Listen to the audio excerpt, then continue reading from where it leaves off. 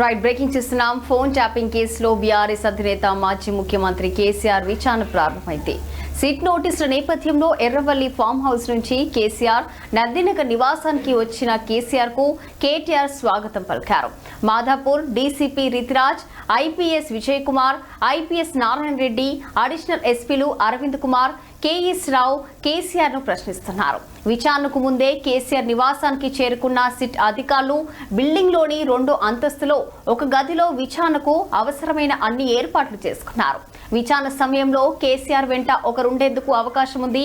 దీంతో గులాబీ బాస్ వెంట మాజీ ఎంపీ సంతోష్ రావు ఉంటారని బీఆర్ఎస్ లీగల్ టీం సిట్ కు సమాచారం అందజేసింది.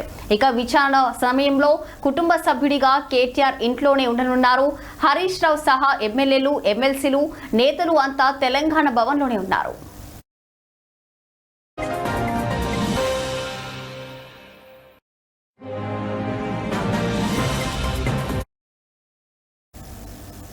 అంతకుముందు ఎర్రవల్లిలోని ఫామ్ హౌస్ నుంచి వచ్చిన కేసీఆర్ తన వెంట ఒక నోట్బుక్, పలు డాక్యుమెంట్లు తెచ్చుకున్నారు. సిట్ అడిగే ప్రశ్నలను ఆయన నోట్ చేసుకోబోతున్నారని తెలుస్తుంది. ఇక తన వెంట తెచ్చిన డాక్యుమెంట్లలో ఏముందనేది ఉత్కంఠంగా మారింది. విచారణలో సిట్ అధికారులు వీడియో రికార్డ్ చేయనున్నారు. అయితే ఈ కేసులో ఇప్పటికే పలువురు అధికారులతో పాటు బీఆర్ఎస్, బీజేపీ, కాంగ్రెస్ నేతలు, కేసీఆర్ కుటుంబ సభ్యులైన కేటీఆర్, హరీష్ రావు, సంతోష్ రావును సిట్ ప్రశ్నించింది. ఇప్పుడు కేసీఆర్ ను విచారణకు పిలవడంతో గులాబీ బాస్ పై సిట్ ఎలాంటి ప్రశ్నలు గుప్పించబోతుంది అనేది ఉత్కంఠంగా మారింది. అధికారులు పార్టీ నేతల నుంచి స్టేట్మెంట్ రికార్డు చేసిన నేపథ్యంలో వారిచ్చిన వాగ్మూలం ఆధారంగా కేసీఆర్ ను సిట్ అధికారులు ప్రశ్నించబోతున్నట్లు తెలుస్తుంది.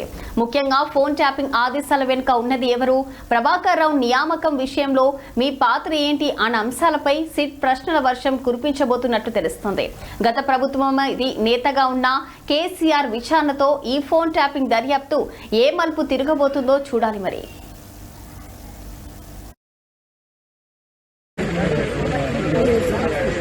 జయకుమార్